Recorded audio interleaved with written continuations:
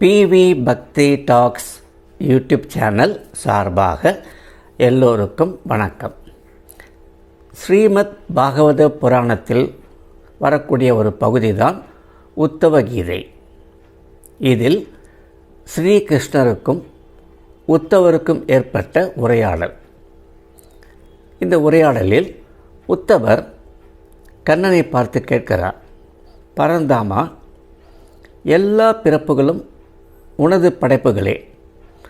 அப்படி இருக்க துரியோதனன் மட்டும் ஏன் அதர்மத்தின் இலக்கணமாக திகழ்ந்தான் என்று ஒரு கேள்வியை கேட்டார். அதற்கு பரந்தாமன் கூறினார், உத்தவரே, உங்களது சந்தேகம் நியாயம்தான். எல்லா படைப்புகளும் எனது படைப்புகள் தான்.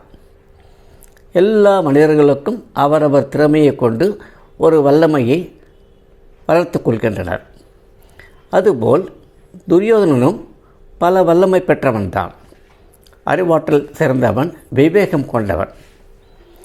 ஆனால் சூழ்நிலை என்னும் வலையில் ஒருவன் சிக்கினால் தடுமாறி போகிறான் மனிதன்.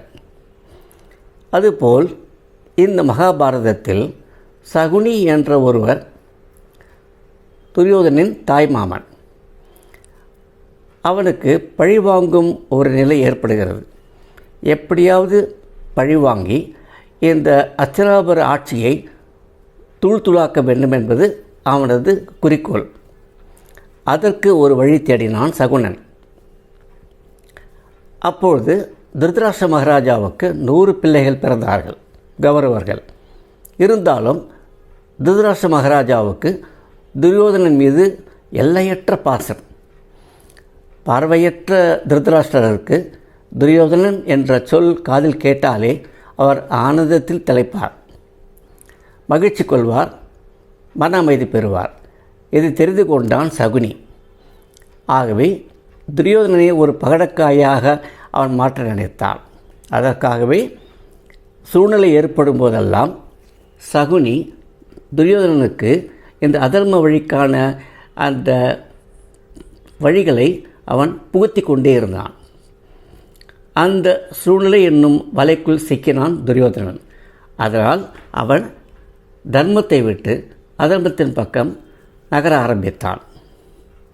இந்த நகர்வால் அவன் அதர்மத்தையே தழுவி தர்மத்தை விட்டான். ஆனால் அவனிடம் விவேகம் இருந்தது, வலிமை இருந்தது. அந்த விவேகத்தால் அவன் பல வெற்றிகளை அடைந்தான். மகத நாட்டு மன்னனாக கர்ணனை அவன் அமர வைத்து மகுடம் சூட்டி அவனை ஒரு போட்டியில் இறக்கினான். அதேபோல் அவனது விவேகத்தால் அன்று பகடக்காய் ஆடும்பொழுது சகுனியை தனக்கு பதிலாக அமர வைத்தான். இவையெல்லாம் அவனது விவேகத்தின் சாட்சிகள். ஆனால் இருந்தாலும் அவன் அதர்ம வழியில் சிந்திக்க ஆரம்பித்ததால் அவனால் இறுதியில் வெற்றி பெற முடியவில்லை. நாட்டை இழந்தான், தன்னையும் இழந்தான், எல்லாவற்றையும் இழந்தான் என்று கண்ணன் உத்தவருக்கு அந்த உத்தவர் கீதையில் எடுத்துரைத்தார். ஆக எந்த மனிதனுக்கும் பிறக்கும்போது சரி, வளரும்போது சரி, அவரவர் திறமையை கொண்டு அவர்கள் வல்லமை பெறுகின்றனர்.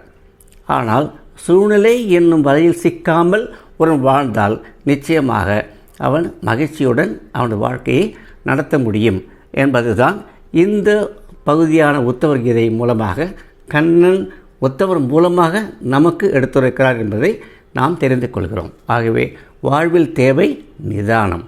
நிதானத்துடன் ஒரு செயலை செய்யும் பொழுது, சிந்தித்து செயலாற்றும் பொழுது எது தர்மம் எது அதர்மம் என்று புரிந்து கொண்டு அதர்மத்தை ஒதுக்கி தர்ம வழியில் சென்றால் நிச்சயமாக நமது வாழ்க்கை மிளிரும் என்பதுதான் நாம் தெரிந்து கொள்ள வேண்டிய ஒரு விஷயம். இங்கே மேற்கொண்டு பார்ப்போம். வணக்கம்.